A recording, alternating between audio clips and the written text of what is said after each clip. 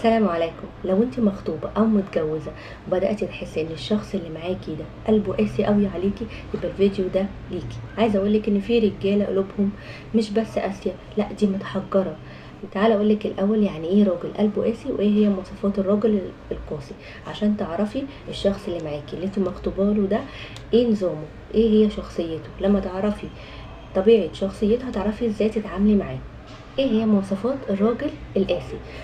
اول صفه، لو هو مزعلك يا ترى بتهوني عليه؟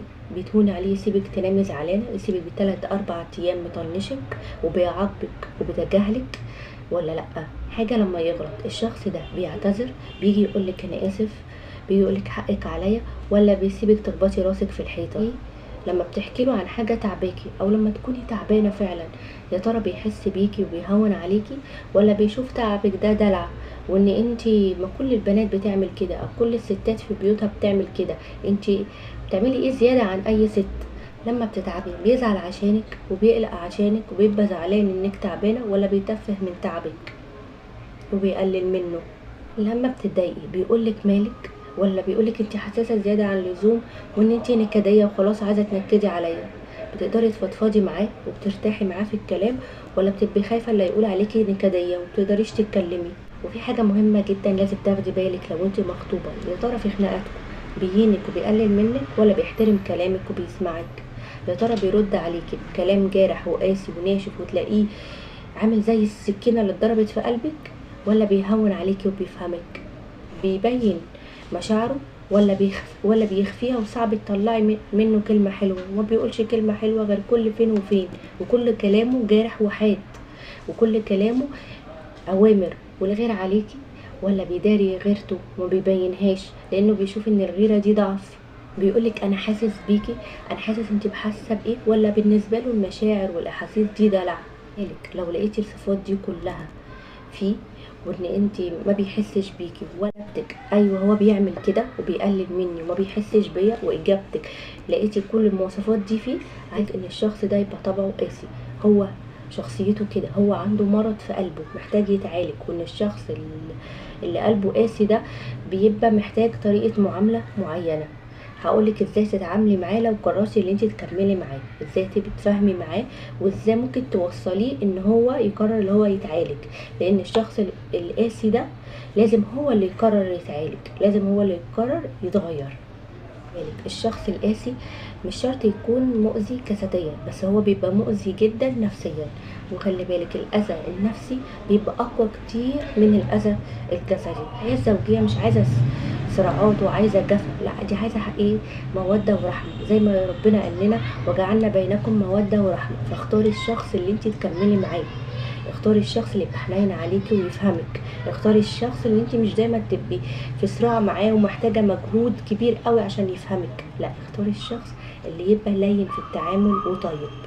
ولو انت اخترتي تكملي مع الشخص القاسي ده، هقولك شويه نصايح ازاي تتعاملي معاه. عشان حاجه، ما تستنيش حنيه منه، لان هما مش بيعرفوا يعبروا. حتى لو هو من جواه عايز يقولك كلمه حلوه، هو مش بيعرف يعبر، هو طبعه كده. بس ما تتنازليش عن احترامك، وخليكي انت دايما حنينه معاه وطيبه ولينه في الكلام معاه. عبري عن مشاعرك بوضوح وادب. لو انت مخطوبه طبعا في حدود في الكلام، لو انت متجوزه عبري دايما عن مشاعرك معاه. اتكلمي انت وخليكي انت حنينه قوي معاه، طبطبي انت علميه ازاي يتعامل معاكي. صدقيني مع الوقت الازواج بتتعلم من بعض. يعني الست بتطبع على طبع جوزها وهو بيطبع على طبعها، بس ده بياخد وقت طويل. لما يقرر ويحس معاكي بالامان هتلاقيه بقى يعبر عن مشاعره. حسسيه دايما بالامان، اوعي تكدبي عليه. الكذب بيبوظ اي علاقه، خطوبه، جواز، صداقه بين صداقه بنات وبعضيها، اي حاجه الكذب بيبوظ الدنيا. اوعي تكدبي عليه، خليكي دايما صريحه وواضحه، خليكي دايما عبري وقولي له انا محتاجه واحد اتنين تلاته، محتاجه تعملني كذا. علميه كانه لسه بيتعلم، شخص جايلك مش فاهم حاجه عن المشاعر، شخص قاسي مش فاهم حاجه عن الحنيه، خليكي انتي لطيفه معاه وعلميه واحده واحده. اللي دايما في بينكم لغه حوار، حاولي توصلي معاه دايما لحل. لو في اي مشكله اتكلمي وقولي انا اتاذيت من كذا، انت قلت لي كذا ضايقني، انا الموقف ده ضايقني. اوعي تكتمي جواكي وتراكمي حاجات جواكي، لانها هتاذيكي نفسيا جدا. لا، عبري دايما عن نفسك، وعبري دايما عن اللي بيوجعك.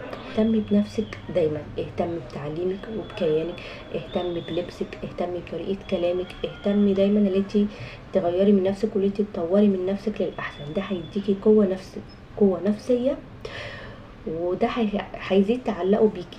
الشخص ده بيتعلق جدا بالشخص القوي. اوعي تقللي من نفسك، اوعي ثقتك في نفسك تهتز فتيأسي وتهملي نفسك. لا، لما تهتمي بنفسك هيديكي ده قوة نفسية، وده هيخليه يحترمك اكتر وهيخليه يتعلق بيكي اكتر. عيشي دور الضحية طول الوقت، اوعي تهملي في نفسك، اوعي تعملي كده في نفسك اللي انتي تبقي دايما الشخص اللي يجي على نفسه، ودايما الشخص اللي يبقى تعبان وما يتكلمش. لا، عبري عن تعبك ده، ولو احتاجتي، ولو تعبك زاد ممكن تستشيري حد متخصص في العلاقات، او ممكن تخلي حد يحكم ما بينكم. على فكرة مع الوقت الشخص القاسي لما حد يواجهه، حد بس متخصص، حد لين، حد بيفهم، يواجهه مشاكله وهو يقرر يتغير، فبيتغير فعلا. لان القسوة دي بتبقى جاية من مرض في القلب، مرض القسوة. فالشخص القاسي ده هيتغير لما يقرر اللي هو يتغير، لما يقرر اللي هو يعالج نفسه ويغير من نفسه. ولو عايزه تعرفي اكتر عن مرض القسوة وعن العلاج، وتعرفي اكتر ازاي تتعاملي معاه، انا عامله فيديو على اليوتيوب على قناتي اسمه مرض القسوة، من سلسله طهر قلبك تصلح حياتك. هسيب لكم اللينك في الوصف. وشكرا جزيلا.